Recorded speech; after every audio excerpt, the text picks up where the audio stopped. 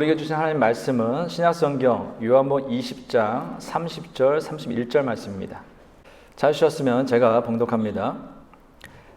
예수께서 제자들 앞에서 이 책에 기록되지 아니한 다른 표적도 많이 행하셨으나 오직 이것을 기록함은 너희로 예수께서 하나님의 아들 그리스도이심을 믿게 하려 함이요 또 너희로 믿고 그 이름을 힘입어 생명을 얻게 하려 함이니라. 아멘. 오늘은 믿고 생명을 얻게 하려 함이라 라는 제목으로 하나님 말씀 대언하겠습니다. 오늘 말씀 나누기 전에 질문을 하나 좀 먼저 드리겠습니다. 잘 생각하고 한번 대답해 보세요. 초대교회 당시에, 초기 기독교, 처음 교회가 생겼을 당시, 그 당시에는 성탄절, 크리스마스가 있었을까요? 없었을까요? 크리스마스가 처음 초대교회는 있었을까요? 없었을까요? 그때는 없었습니다. 초대교회 당시에는 성탄절이 없었습니다. 사실 처음에 초대교회는 예수 그리스도의 탄생에 대해서는 큰 관심을 가지지 않았습니다. 그러다가 성탄절, 크리스마스라는 말이 처음 생긴 것은 AD 354년경 로마 문서입니다. 여기에 보면은 12월 25일을 유대 베들레헴에서 그리스도가 나신 날이라고 기록하고 있습니다. 물론 그렇다고 해가지고 12월 25일이 실제로 예수님께서 태어나신 날은 아닙니다. 그런 기념하는 날이죠. 초대교회 당시에 교회에서 가장 중요하게 생각했던 절기는 부활절입니다. 그리고 그 다음으로 중요하게 생각했던 것은 교회가 시작되는 오순절입니다. 그 증거로 예수님께서 부활하신 날, 주일, 일요일을 우리가 예배로, 주일 예배로 이렇게 드리는 것이죠. 또한 초대교회 수많은 성도들과 사도들이 전한 복음의 핵심 역시 부활입니다. 이처럼 신약시대 교회 공동체는 부활절 공동체라고 이야기할 수 있습니다. 이런 점에서 볼 때 오늘날은 좀 어떻습니까? 오늘날과 초대교회 비교해 보면요. 오늘날 교회에서 가장 중요하게 생각하고 또한 가장 열심으로 준비하고 가장 기뻐하는 것은 아마도 성탄절인 것 같습니다. 물론 죄인이 인간을 구원하기 위해서 이 땅에 인간의 몸을 오신 예수 그리스도의 탄생을 기념하는 성탄절은 매우 중요합니다. 그러나 오늘날 성탄절을 준비하고 기념하는 교인들의 태도와 부활절을 준비하고 기념하는 교인들의 태도에는 분명한 차이가 좀 있는 것 같습니다. 세상적으로 보아도 성탄절에는 좀 떠들썩한데 부활절에는 조용합니다. 물론 호주는 시끄럽습니다. 근데 그 시끄러움의 의미는 좀 다르죠.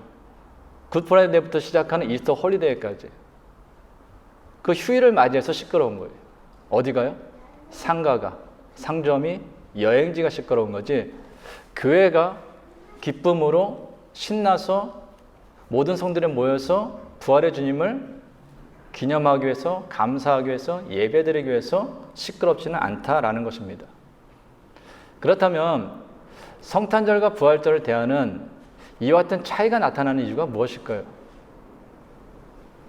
아기가 태어나는 것은 당연하다라고 생각하지만 죽은 사람이 다시 살아나는 것은 불가능한 일이다라고 생각하기 때문이 아닙니까? 예수님께서 아기로 이 땅에 태어나는 것은 당연하다라고 생각하지만 죽은 예수님께서 다시 부활하셨다? 그리고 하늘로 올라가셨다?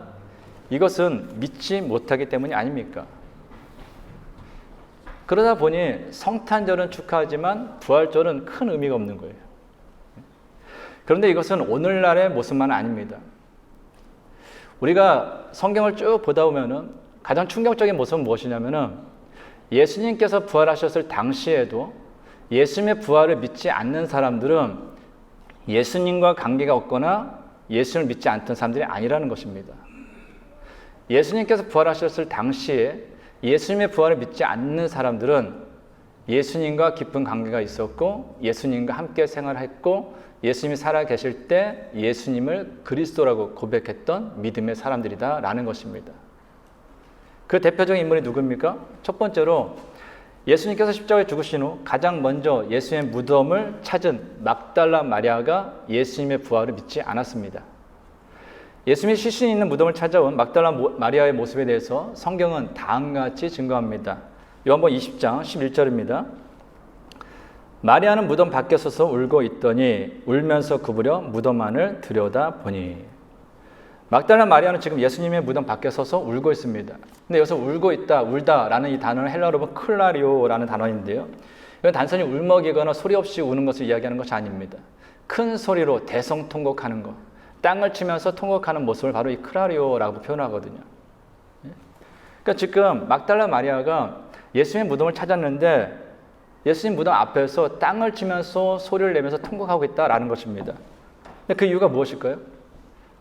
십자가에 못 박혀 죽으신 예수님, 머리부터 발끝까지 창에 찔리고 채찍에 맞아 고통스럽게 죽어가신 그 예수님의 시신을 보았기 때문에 괴로워서 마음이 너무 아파서 소리내어 통곡하면 울까요? 아닙니다. 막달라 마리아는 자신이 우는 이유에 대해서 다음같이 고백하고 있습니다. 요한복음 20장 13절입니다.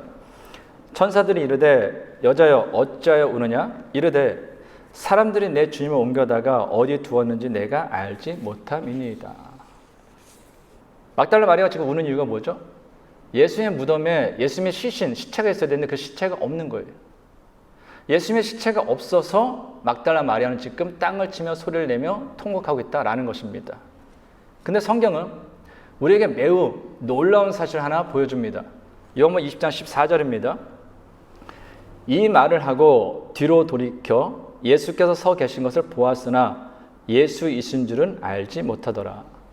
막달라 마리아는 내가 지금 예수님의 시신에 향품을 바르러 왔는데 무덤을 보니 예수님의 시신이 없어 나 울고 있습니다 라고 말하면서 뒤를 딱 돌아봤어요. 근데 그 뒤에 누가 있었냐? 부활하신 예수님께서 서 계셨습니다. 근데 성경에서 지금 뭐라고 증거하고 있어요? 막달라 마리아가 자기 뒤에 서 계신 분이 예수님인 줄 몰랐다. 무슨 얘기입니까? 막달라 마리아는 자기 뒤에 서 계신 그 부활하신 예수님을 보았음에도 불구하고 그분이 예수님인 줄 알아보지 못했다라는 거예요. 막달라 마리아가 누굽니까? 이 막달라 마리아는 예수님을 만난 이후로 누구보다도 열심히 예수님을 따라다녔던 사람입니다. 예수님께서 붙잡히시고 십자가 고난을 당하시고 십자가에서 죽으시고 무덤에 장사 지낼 때도 함께 했던 사람이 막달라 마리아예요. 안식 후 첫날 가장 먼저 누구보다도 예수님의 무덤을 찾은 사람도 막달라 마리아입니다. 이 막달라 마리아가 예수님과의 만남을 통해서 그 인생이 어떻게 변했는지, 그가 얼마나 예수님을 사랑했는지, 예수님에 대한 그 간절한 믿음이 있었는지, 헌신하는 그 열심이 있었는지 잘 보여주는 거죠. 그럼에도 불구하고 이 막달라 마리아는 자기 뒤에 서 계신 부활하신 예수님을 직접 눈으로 보았음에도 불구하고 그가 예수님인지 알아보지 못했습니다. 그 이유가 무엇입니까? 요한복음 20장 15절입니다. 예수께서 이르시되 여자여 어찌하여 울며 누구를 찾느냐 하시니 마리아는 그가 동산지기인 줄 알고 이르되 주여 당신이 옮겼거든 어디 두었는지 내게 이루소서 그리하면 내가 가져가리이다. 부활하신 예수님께서 울고 있는 막달라 마리아에게 여자여 어찌하여 울고 있느냐?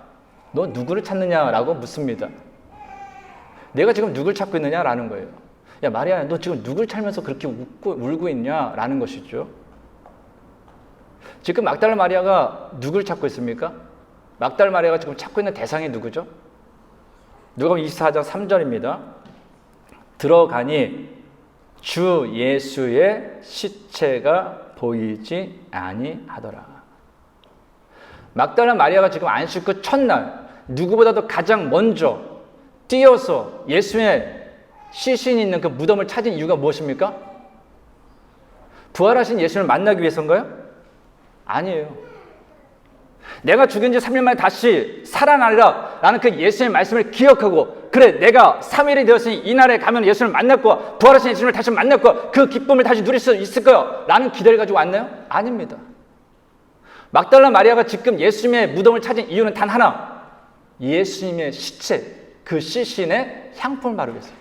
즉 막달라 마리아는 지금 예수님의 무덤에서 부활하신 예수님을 찾고 있는 것이 아니라 죽은 예수님의 시체를 찾고 있었다라는 것입니다. 그런데 이와 관련하여 이미 천사들은 막달라 마리아에게 다음같이 이야기했습니다. 누가복음 24장 5절입니다. 여자들이 두려워 얼굴을 땅에 대니 두 사람이 이르되 어찌하여 살아있는 자를 죽은 자 가운데서 찾느냐. 예수님의 시체를 찾을 수 없습니다.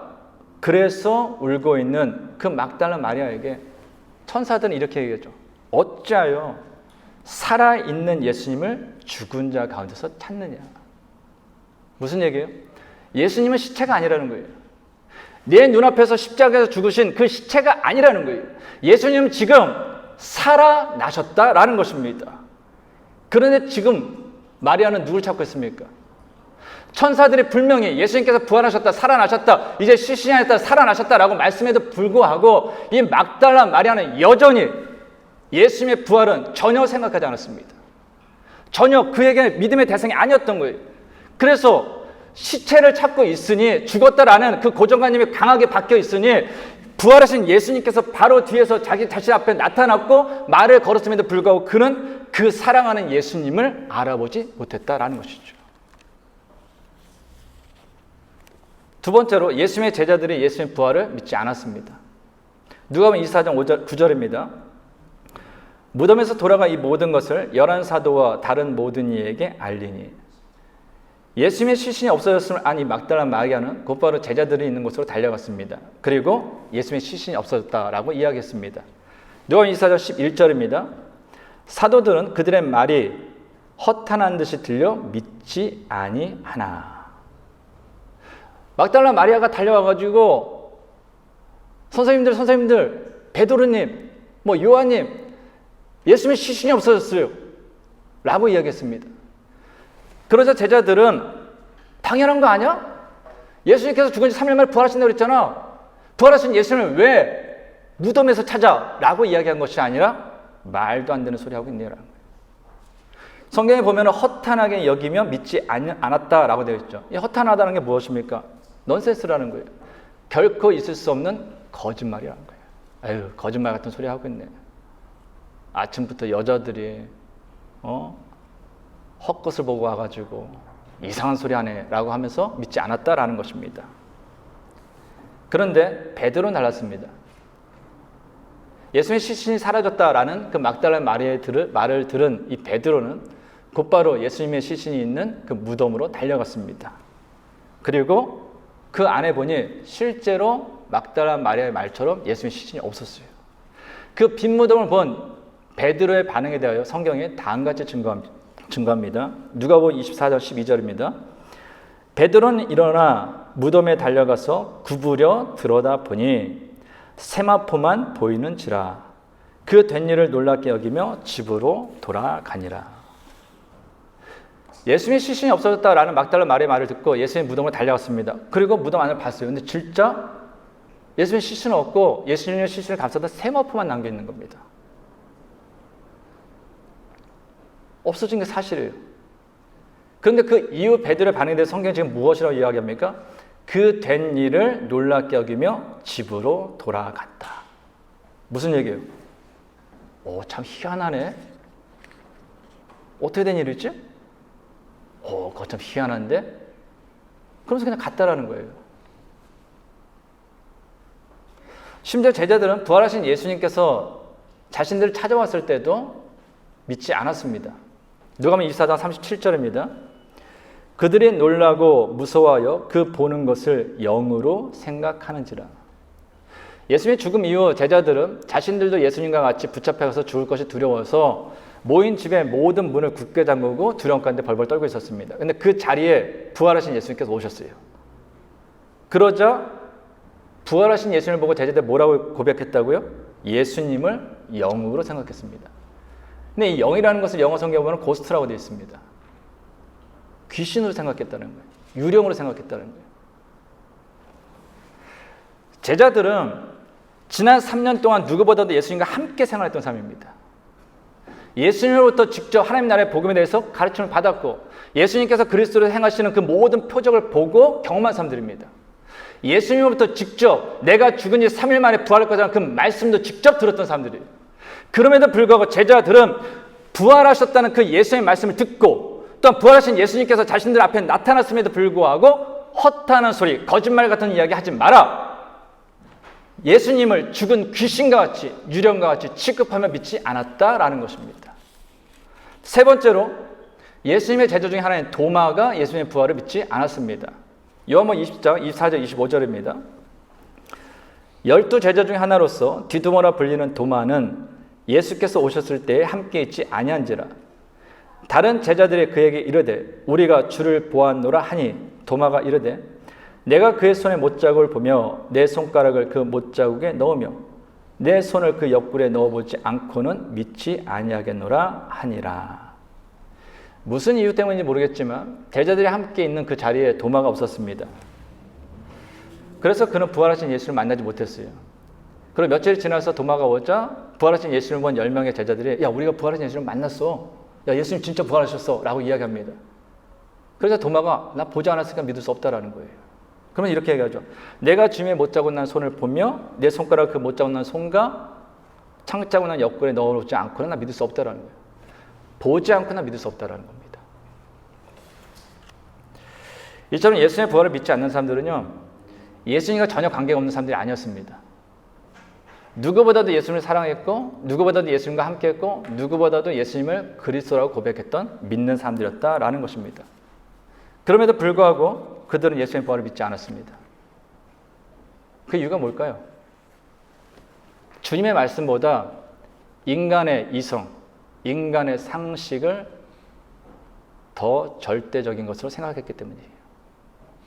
하나님의 능력보다 세상의 법칙을 더욱더 믿었기 때문입니다. 여기서 우리 한 가지 중요한 사실을 깨닫게 되죠. 한 가지 질문 드리겠습니다. 성도님들은 부활하신 예수를 믿습니까? 초대교회 당시, 아니 예수님께서 부활하셨을 때 베드로도 막달라 마리아도 다른 제자들도 예수님의 부활을 믿지 않았다라는 것은 교회 안에 수많은 사람들이 예수님을 믿습니다. 예수님을 나의 그리스도로 믿습니다 라고 고백을 하지만 교회 안에도 분명히 예수님의 부활을 믿지 않는 사람들이 있다라는 것을 우리에게 의미하는 거 아니겠습니까? 성도님들은 정말로 부활하신 예수님을 믿으십니까? 제가 말씀을 준비하면서 생각해 보니까 하나님께서 저에게 주신 가장 큰 은혜가 무엇이냐? 주님을 믿은 어린 시절, 요만한 아이들 때부터 해서 지금까지 한 번도 부활의 주님에 대해서 의심한 적이 없다라는 거예요. 그것이 가장 큰 은혜더라고요. 그럼 왜 못 믿습니까? 강대상에서 하나님의 말씀을 대언하고 또 여러분들 성경을 통해서 성경을 읽고 묵상하고 공부하고 함에도 불구하고 여러분이 가지고 있는 인간의 상식, 인간의 지식, 인간의 이성, 세상의 법칙을 가지고 말씀을 듣고 그거로 말씀을 판단한다면 그것은 내게 하나님께서 주신 그 말씀을 방해하는 장애물밖에 될 수 없기 때문입니다. 말씀 앞에서는 겸손해져야 되는 거예요. 말씀 앞에서는 내 인간적인 이성이든지 지식이든지 상신이 세상의 모든 법칙을 다 내려놓을 수 있어야 된다라는 것입니다. 십자가에 못 박을 수 있어야 된다라는 것입니다. 그래야 비로소 하나님의 말씀이 하나님의 말씀으로 내게 들리게 되는 것이고 하나님의 말씀이 하나님의 말씀으로 내게 믿어지게 되는 거예요. 예전에 그런 말씀 드린 적 있죠.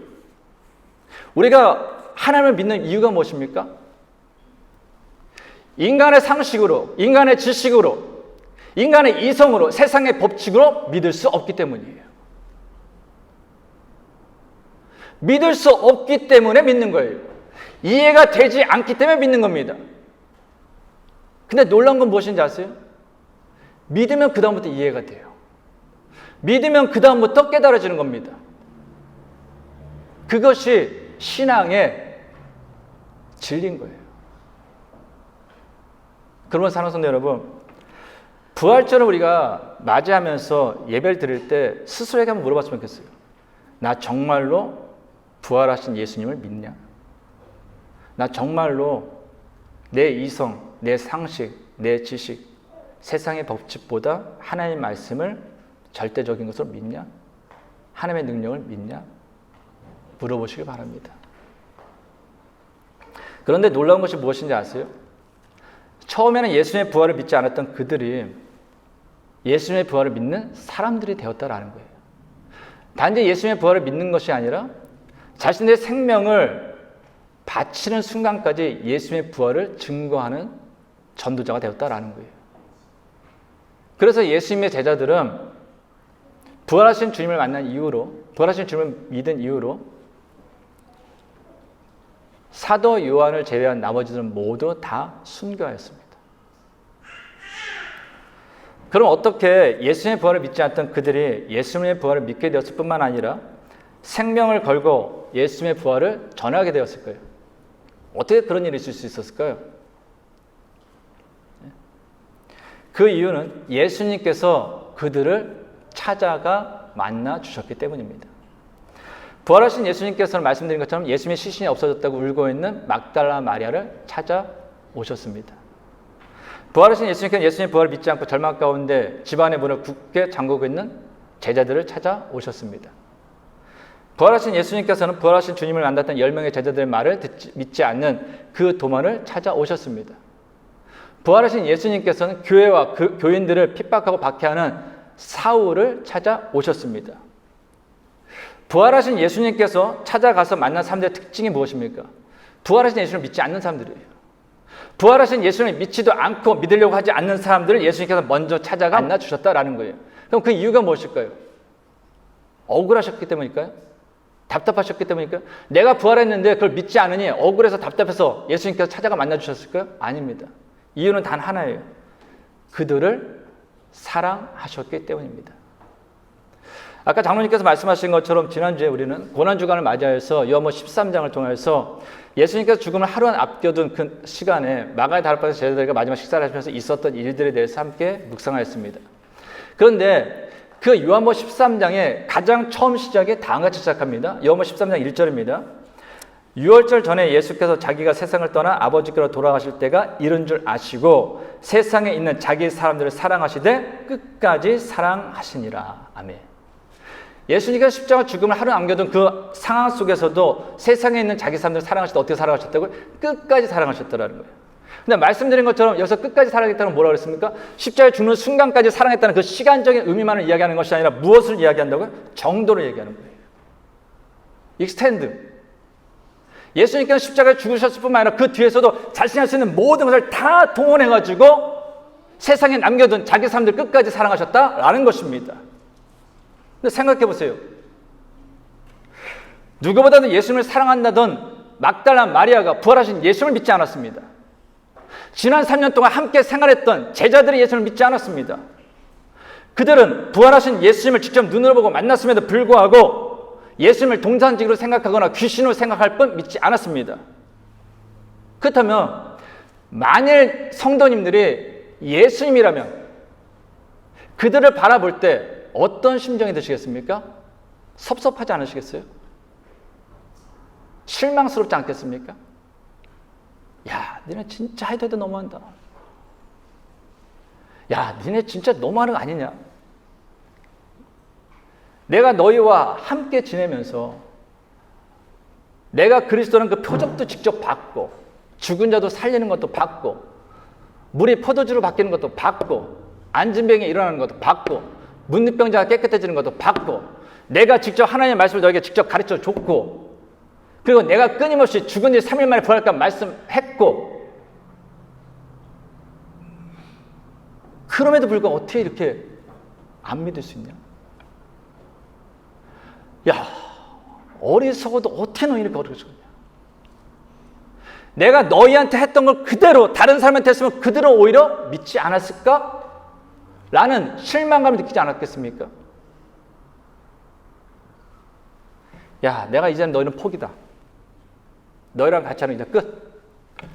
내가 이제 더 내 말을 잘 듣고 잘 믿고 잘 전할 수 있는 다른 사람들을 택해야겠다라고 생각하지 않겠습니까? 근데 예수님은 그렇게 하지 않으셨어요. 예수님은 그렇게 실망스럽기만 한 그들을 포기하지 않으셨습니다. 오히려 믿지 않는 사람들, 믿으려고 하지 않는 그 사람들을 먼저 찾아가서 만나주시고 믿게 해주셨어요. 그 이유가 무엇입니까? 그들을 그토록 사랑하셨기 때문이에요. 여기에 대한 답은 사랑 외에는 없습니다. 성도 여러분, 사랑해 보셨습니까? 사랑해 보셨어요? 대답이 없었어요? 그럼 다 정략 결혼하셨습니까? 조건 보고 결혼하셨어요? 사랑의 특징이 무엇인지 아세요? 사랑은요, 할 수 없는 걸 하게 합니다. 제가 팔불출 얘기를 하면, 제가 와이프를 만나기 전에, 지금의 아내를 만나기 전에 연애를 해봤을까요? 안 해봤을까요? 이 정도면 해봤겠죠. 해봤죠. 그런데 제가 와이프를 만나고 그동안 만났던 그 연애를 하면서 못했던 거를 두 가지를 한 게 있습니다. 제가 성격이 굉장히 내성적이에요. 숙기가 굉장히 많습니다. 그래서 못한 게 뭐냐? 아무리 연애를 하고 사귀었던 여자라 할지라도 꽃을 사준 적이 한 번도 없어요. 꽃집에 가서 꽃을 사는 게 제일 쑥스러운 거예요. 그래서 사는 건 둘째치고 그거를 들고서 그때 차가 있을 때도 아니고요. 버스를 타든지 아니면 기차를 타든지 걸어가야 되잖아요. 그게 너무 쑥스러운 거예요. 누군가 그걸 본다라는 자체를 못 하겠는 거예요.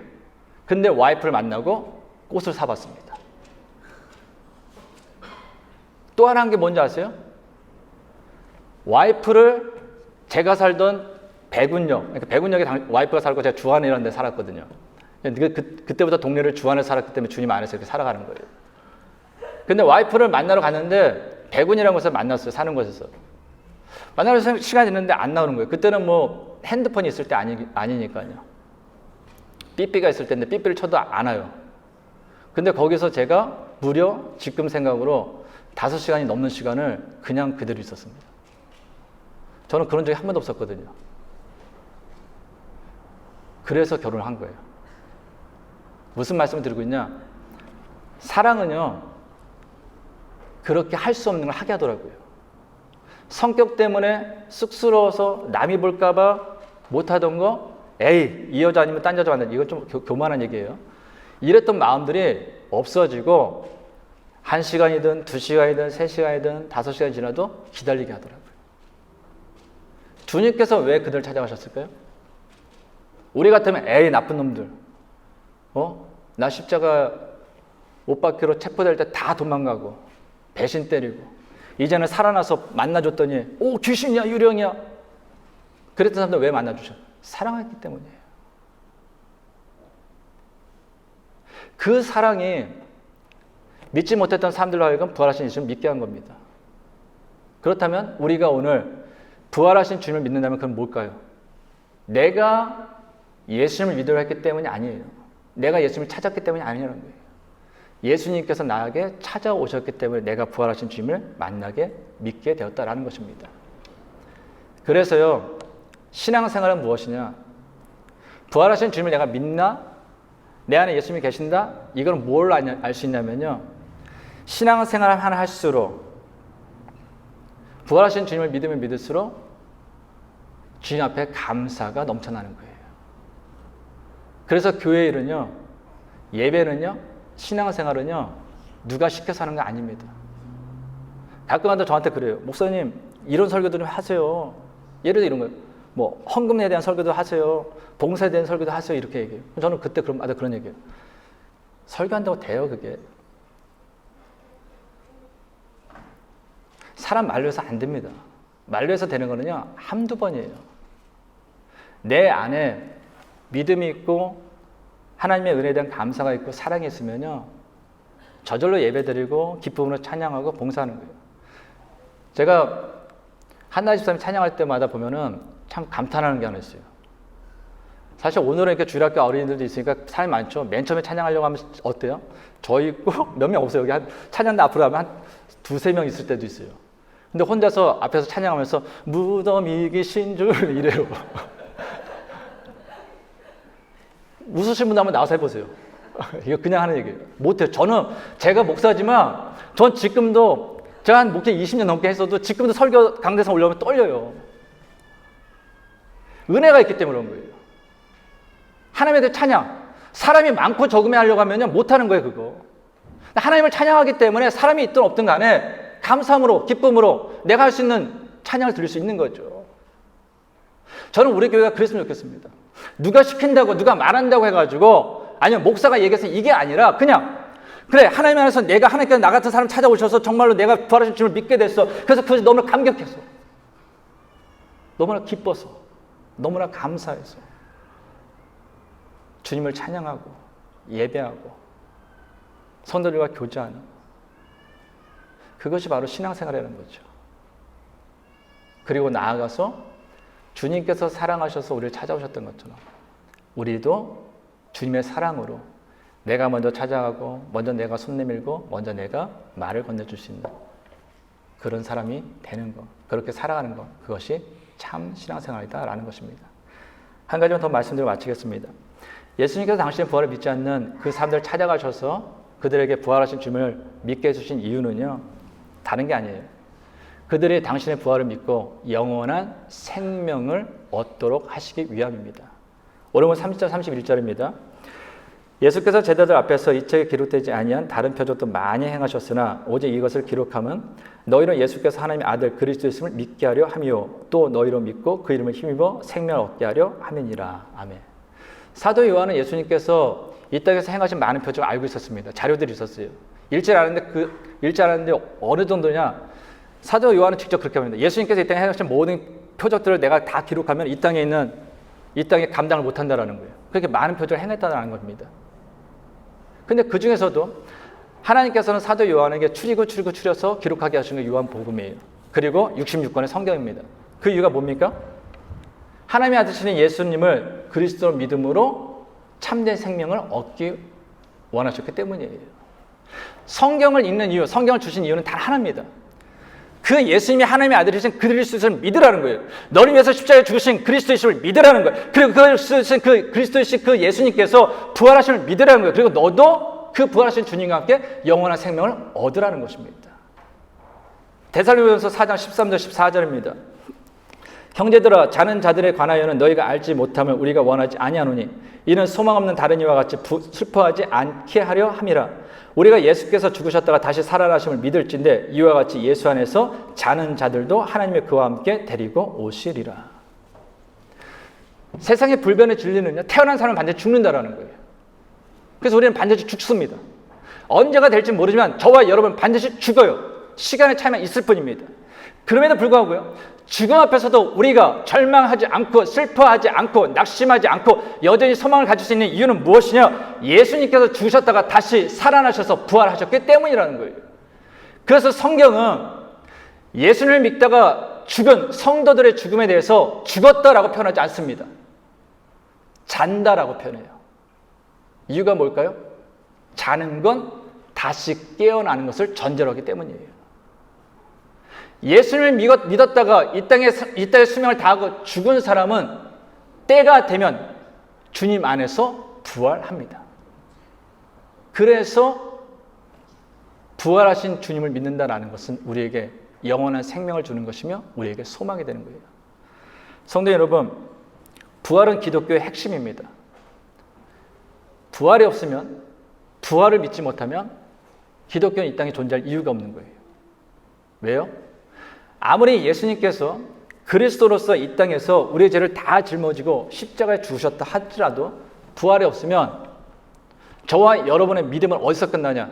죽음과 함께 무덤에서 끝납니다. 잘 생각해 보세요. 제 말이 틀릴 수도 있지만 저는 그렇게 생각해요. 내가 예수를 믿었는데 그래서 죄 사함 받았어. 그런데 내 모든 인생의 끝은 죽음과 함께 무덤에서 끝나. 그럼 굳이 왜 믿습니까? 무덤에서 끝나는데요? 그냥 죽으면 끝나는데요, 모든 게? 그게 아니기 때문이에요. 악한 자들은 악한 자, 심판을 위해서 부활합니다. 예수를 믿은 사람, 그들은 생명을 위해서 부활을 하는 거예요. 부활이 있어요. 그런데 어떤 자는 그 부활이 영원한 심판을 위한 부활이고 우리의 부활은 하나님 나라에서 영원한 생명을 위한 부활이라는 거예요. 영원한 행복을 위한 부활. 그래서 기독교의 핵심은 부활인 거예요. 그래서 그 부활이 있기 때문에 우리는 죽음과 같은 상황 속에서도 절망하지 않을 수 있습니다. 낙심하지 않고 포기하지 않고 소망을 가질 수 있어요. 왜요? 죽음을 이겼는데요. 사람이 절망하는 것은 죽음입니다. 아무리 돈이 많고 아무리 건강하고 아무리 많은 지식을 가지고 아무리 이 땅에 있는 많은 것을 다 가졌다 할지라도 죽음 앞에서 모든 사람은 다 절망할 수밖에 없는 거예요. 근데 죽음을 이겼는데요. 그 죽음 너머에 영생이 주었는데 우리에게 소망은 빼앗길 수 없다는 것입니다. 그러면 사랑하는 성도 여러분, 인생을 살면서 힘들고 어려울 때 있어요. 뭐 코로나 바이러스 때문에, 아니면 또 어떤 바이러스 때문에, 아니면 어떤 물질 때문에, 아니면 어떤 취업 때문에, 인간관계 때문에 수많은 절망의 상황, 고통의 상황, 아픔의 상황이 있습니다. 그럼에도 불구하고 포기하지 마십시오. 낙심하지 마세요. 나를 절망하게 하는 상황, 나를 낙심하게 하는 상황, 그거 보지 마시고요. 부활하신 주님을 바라보세요. 부활하신 주님을 생각하셔요. 내가 무엇을 생각하고 묵상하느냐에 따라서 내 마음이 우울해집니다. 내 마음이 낙심돼요. 내 마음이 절망스러워져요. 내 마음이 사단에게 뺏겨서 사단 안에서 유혹받고 사단의 마음이 된다는 거예요. 그러나 부활하신 주님을 바라보면 기쁨이 넘치고 소망이 넘치고 위로가 되고 다시금 일어서게 된다는 것입니다.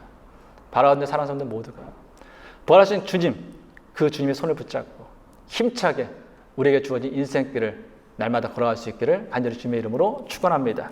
기도하겠습니다. 하나님 아버지, 예수 그리스도의 십자가 죽음과 부활이 없었다면 저희는 영원한 하나님의 심판을 받아야만 했습니다. 그러나 예수 그리스도의 십자가 죽음과 부활로 인해 저희는 구원받아 하나님의 자녀가 되었을 뿐만 아니라 하나님과 함께 하나님 나라에서 영원토록 살아갈 수 있는 영원한 생명을 얻었습니다. 또한 예수님께서 부활하심으로 죽음과 같은 절망 속에서도 오히려 소망을 갖게 되었습니다. 그러므로 인생을 살면서 아무리 죽음과 같은 절망적인 상황을 만나더라도 절망하거나 포기하지 않고 끝까지 믿음을 지키며 부활의 첫 열매가 되신 주님과 함께 오늘을 살아가게 하옵소서. 그리고 결국에는 주님과 함께 부활의 기쁨을 누리게 하옵소서. 예수님의 이름으로 기도하옵나이다. 아멘. 우리 다 같이 일어나셔서 우리 별단을 찬양하면서 같이 주님 앞에 기도합니다.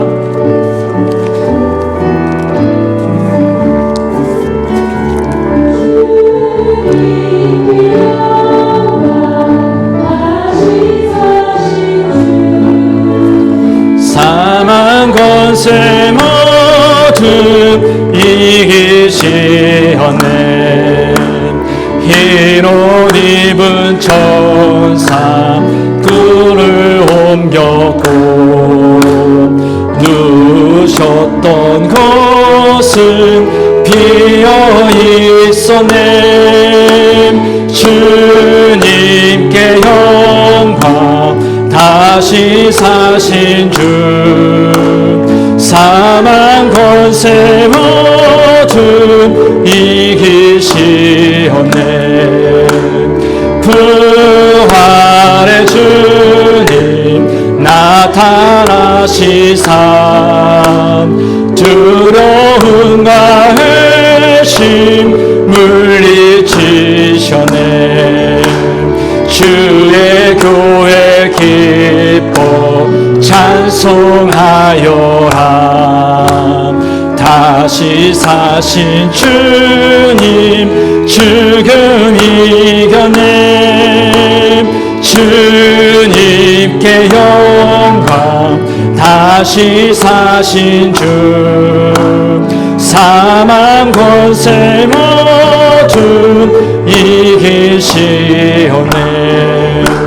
생명의 주님 영광의 주님 두려움 없는 삶은 헛될 뿐이라.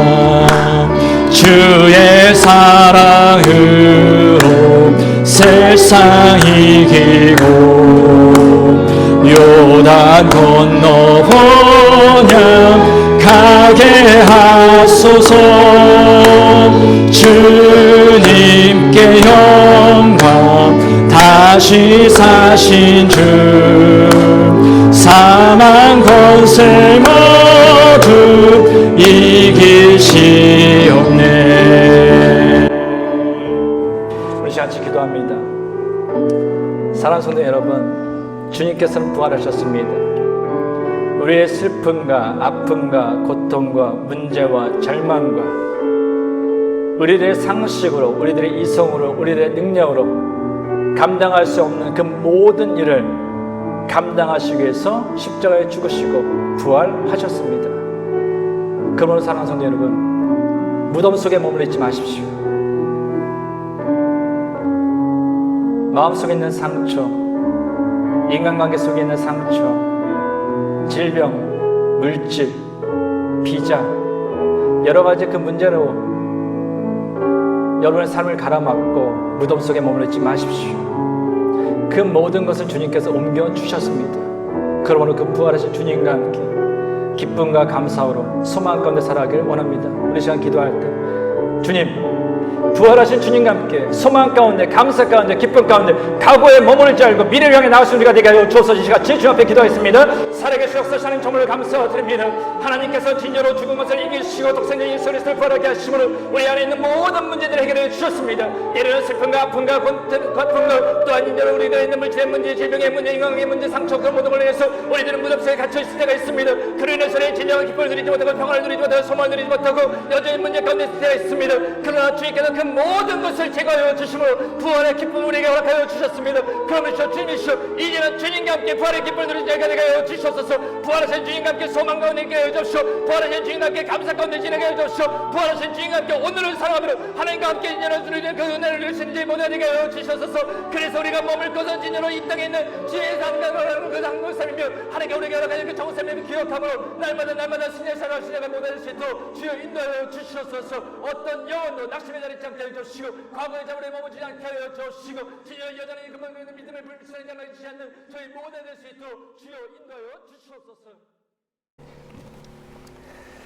이제는 우리 주 예수 그리스도의 은혜와 하나님의 크신 사랑과 성령의 교통하심이 인생을 살면서 아무리 죽음과 같은 절망적인 상황을 만나더라도 절망하거나 포기하지 않고 끝까지 믿음을 지키며 부활의 첫 열매가 되신 주님과 함께 오늘을 살아감으로 결국에는 주님과 함께 부활의 기쁨을 누리기를 원하는 모든 성도들과 가정과 세워주신 기업 위에 이제부터 영원까지 함께 하시기를 간절히 축원하옵나이다.